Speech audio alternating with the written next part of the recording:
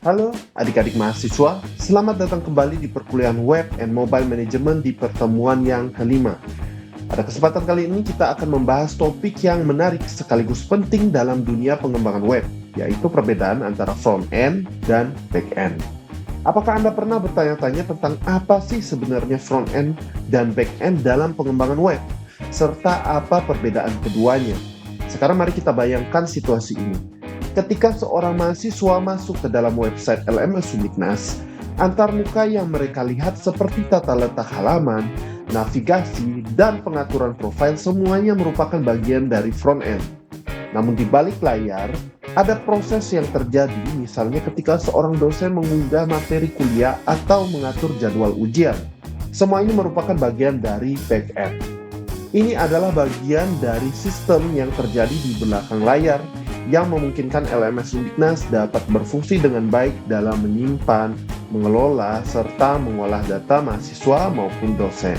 Nah, dalam video kali ini kita akan membahas secara mendalam tentang kedua aspek ini. Penasaran bukan? Maka sebelum kita membahas lebih detail, baiknya kita bumper dulu.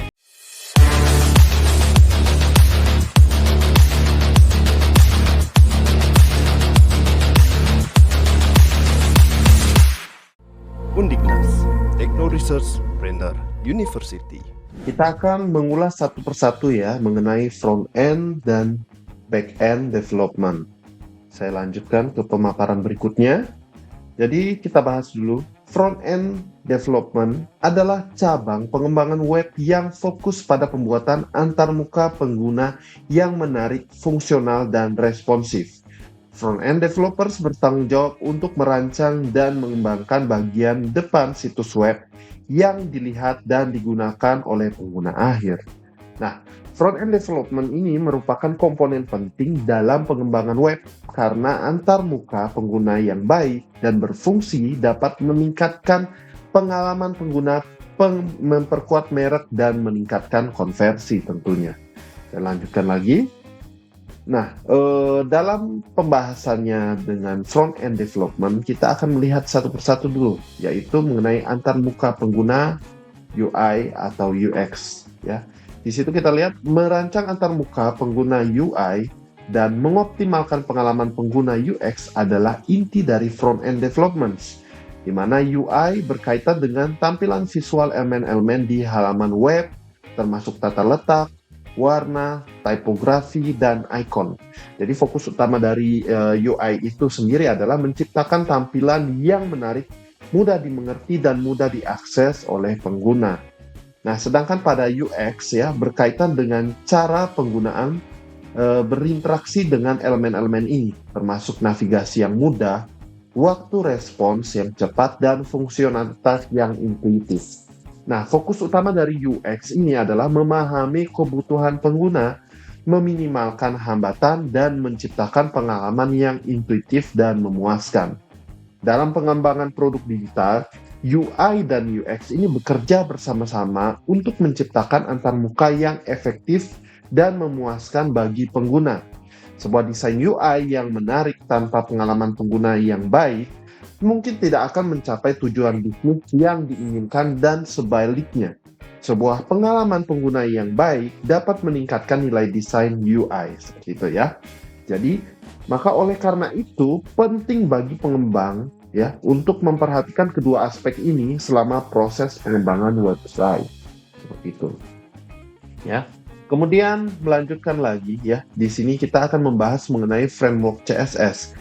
Nah, pada video sebelumnya tentunya telah saya berikan ya bagaimana cara pembuatan CSS. Kita lihat di situ. Jadi CSS ini seperti Bootstrap atau Foundation dan Materialize ya, menyediakan kumpulan gaya, komponen, dan tata letak yang dapat digunakan untuk mempercepat proses pengembangan dan memastikan konsistensi dalam desain. Framework ini juga dapat membantu membuat situs web responsif, yang artinya tampilan dan tata letak akan menyesuaikan diri dengan berbagai ukuran layar, mulai dari perangkat desktop hingga ponsel pintar. Nah, pada video yang sebelumnya ya, pada pertemuan keempat saya sudah menjelaskan bagaimana cara menggunakan CSS yang sederhana ya, dan bagaimana cara menyambungkan antara file CSS dan HTML. Seperti itu. Nah, kali ini berbeda dengan yang sekarang, saya akan mengajarkan bagaimana cara membuat front end dengan bantuan Bootstrap ya. Jadi saya pilih salah satu di sini adalah Bootstrap, sehingga apa? Sehingga mahasiswa dapat membuat halaman website lebih mudah dan efisien hanya dalam satu file HTML saja. Kita lanjutkan dalam video pelatihannya sebagai berikut. Ya, jadi yang pertama, silakan kalian buka text editor kalian, yang dimana kali ini saya menggunakan Sublime Text di situ ya, seperti dengan pelatihan yang sebelumnya. Nah, cara yang sama ya, kita menyiapkan dulu folder pelatihan kalian ya. Saya buat di sini di desktop folder latihan sebagai tempat supaya kita memanage filenya lebih baik ya. Jadi silakan dibuka, kemudian kita save as terlebih dahulu, save as. Nah, saya masukkan ke dalam folder yang sudah kita siapkan di desktop, mana itu adalah folder latihan, dan kita simpan filenya. Saya tekan nama aja ya, Bootstrap gitu ya. Nah, ini adalah file HTML. Nah, berbeda dengan menggunakan CSS dan JS ya, atau JavaScript. Di situ ya kita butuh 3 file, ada HTML-nya, ada CSS, kemudian ada JavaScript-nya. Nah, kalau menggunakan Bootstrap ini ya, kita cuma menggunakan file HTML itu saja sendiri seperti itu. Nah, saya save dulu ya. Kemudian dia akan masuk filenya di situ ya, di file latihan ini. Ya, ini merupakan file HTML-nya seperti itu. Saya buka lagi Sublime Text-nya di mana seperti ini ya. Nah, kalau menggunakan Bootstrap ini, silakan kalian mengunjungi website ya, website di mana itu getbootstrap.com ya. Jadi ini membantu kita untuk efisien ya, cara membuat text editor lebih mudah seperti itu. Nah, kalau misalnya kalian menyambungkan Bootstrap-nya secara offline ya, kalian bisa mendownload filenya di sini ya. Ini adalah downloadnya, di mana dia merupakan versi yang 5.3.3 seperti itu. Nah, kalau misalnya yang sekarang saya akan ajarkan secara online ya, jadi nanti kita akan mengkonekkan link Bootstrap ini secara online. Jadi harus tersambung secara online melalui jaringan internet seperti itu ya. Jadi saya skip untuk mendownload dan menginstalnya seperti itu. Jadi saya akan langsung mencari bagaimana cara penulisan dalam text editor menggunakan Bootstrap ini gitu. Ya, kalau kita lihat di sini ya, untuk memulai Bootstrap-nya kita buka aja docs-nya ya. Di situ docs introduction ya. Jadi file yang harus kita buat terlebih dahulu adalah file strukturnya seperti ini. Ini kita copy aja nggak apa-apa, yang including Bootstrap CSS dan JS. Jadi dia sudah secara otomatis sudah ada template-nya ya, kita tinggal copy aja. Ini kita copy, klik yang di situ ya, atau bisa kalian copy secara manual ya, Ctrl C seperti itu nggak apa-apa. Ini saya gunakan yang singkat aja, jadi tekan icon copy seperti itu, kemudian kita paste ke dalam text editor kita seperti ini ya. Ini kan persis ya, strukturnya sama seperti yang pelatihan sebelumnya, cuma di sini sudah langsung terinstall secara online link untuk Bootstrap-nya yang ini ya. Jadi dia sudah ada di title ya, di head title dan di body-nya seperti itu. Dia sudah terinstall. Nah, untuk yang pertama dia buatkan di sini untuk tab-nya itu adalah Bootstrap demo ya. Silahkan kita ganti aja boleh dengan mungkin ya dengan kelas Bootstrap seperti itu ya, kelas Bootstrap ya. Nah, kemudian ini hyperlink satunya tidak apa-apa, kita munculkan hello world seperti itu aja, tidak apa ya. Nah, ini kalau kita save, kita running ya, kita open in browser ya, dia akan secara otomatis membuka. Nah, ini dia ya,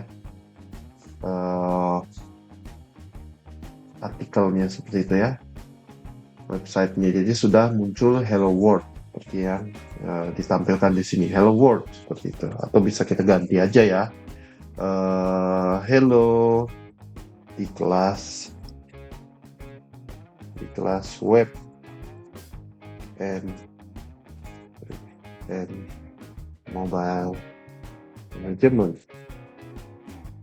Bisa seperti itu, di save, maka dia akan berubah.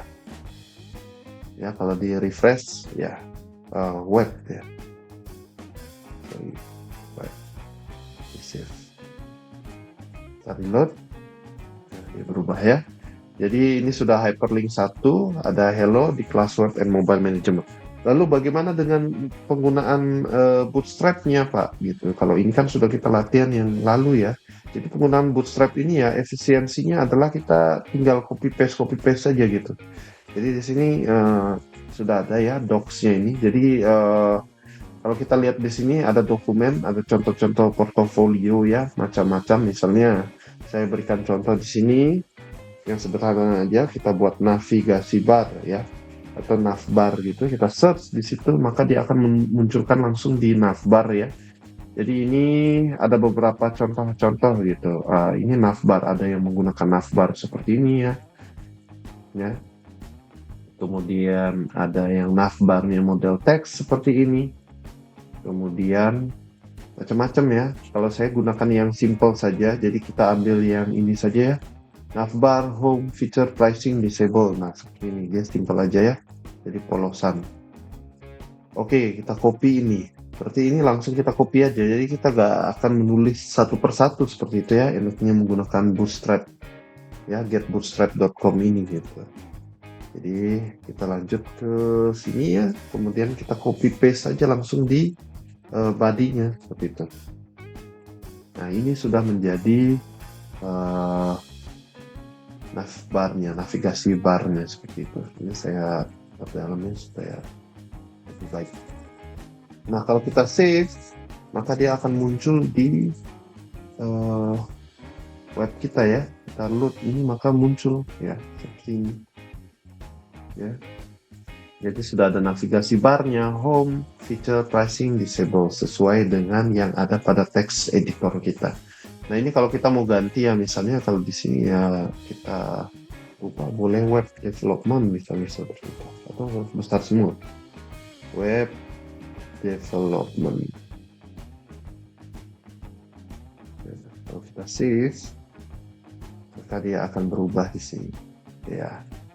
Jadi ini biasanya kan yang di artikel atau di website seperti itu ya, ada navigasi barnya di atasnya seperti ini contohnya. Nah ini ada home, feature, pricing, disable, dan lain sebagainya. Nah ini tentunya nanti akan diinstal JavaScript-nya supaya kita bisa klik seperti itu ya. Nah ini contohnya di sini ada home ya, ini bisa kita ganti juga. Home misalnya profile seperti itu ya, boleh. Kita ganti profile itu boleh ya. Ini href-nya ya kita ganti aja nggak apa-apa. Ini supaya nanti dalam bahasa pemrogramannya kita bisa menggunakan profile seperti itu. Kemudian ini ya kita bisa ganti testimoni untuk seperti itu.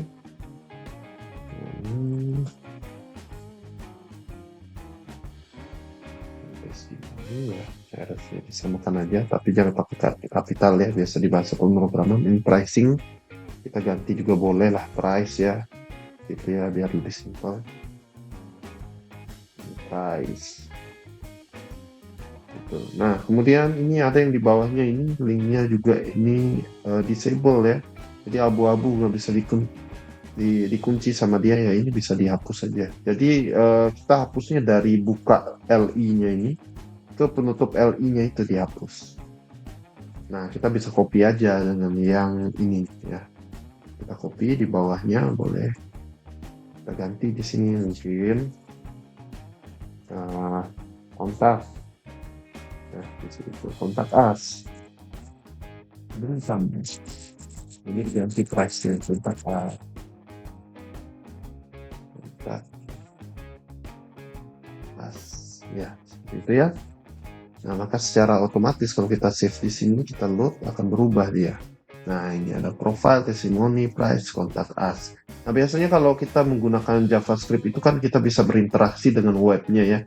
Jadi contohnya saja kalau kita klik di situ akan muncul dia bar ke bawah. Bisa saja kita buat navigasi bar yang menurun ke bawah ya. Kita cari contohnya lagi. Kembali ke teksnya yang ini ya. ke websitenya Get Bootstrap ya, kita lihat yang mana navigasi barnya yang ada drop down ke bawah. Nah, ini kita lihat ada yang drop down ke bawah seperti ini ya. Jadi kita bisa ambil misalnya yang drop down menu. Nah, ini ya. Sebentar. Drop down. Ya, ini. Jadi dari ul ini kita bisa copy. Dari sini ya, dari Li ketemu Li. Yang ini ya. Nah, ini ketemu ini. Oke, kita copy ini. Misalnya kita mau ganti yang yang price saja boleh deh. Yang price ya, kita contoh. Ini kita hapus dulu. Yang price. Kemudian kita Ctrl V di situ. Nah, kalau kita ganti ini, ya ini bisa kita ganti.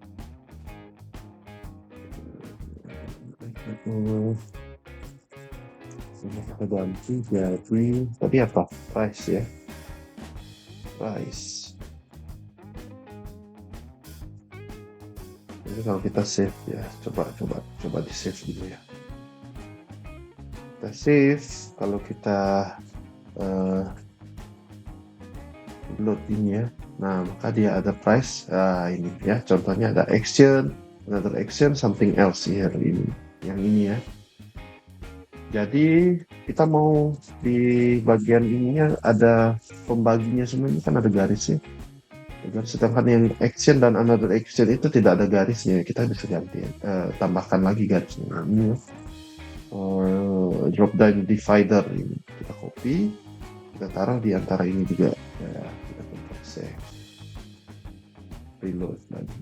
Maka kalau kita buka ini ada action, another action, something else here. Ini bisa kita ganti-ganti juga actionnya apa, misalnya price. Kalau berhubungan dengan price kan misalnya produk ya, produk 1 misalnya, saya berikan contoh seperti itu ya, produk 2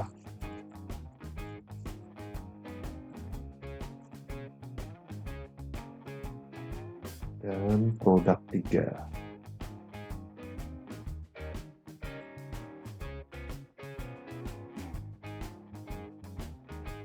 Ya, kalau kita reload, kita refresh dia, maka ini berubah menjadi produk 1, produk 2, produk 3. Nah, kalau kita klik juga nanti dia akan ke link mana gitu, nanti diberikan juga linknya di sini gitu ya. Seperti itu untuk terkait pembelajaran menggunakan Bootstrap.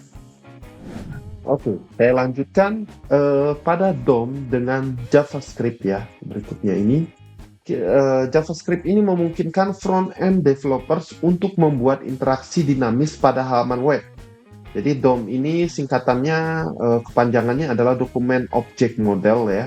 Ini adalah representasi struktur halaman web yang dapat dimanipulasi dengan JavaScript.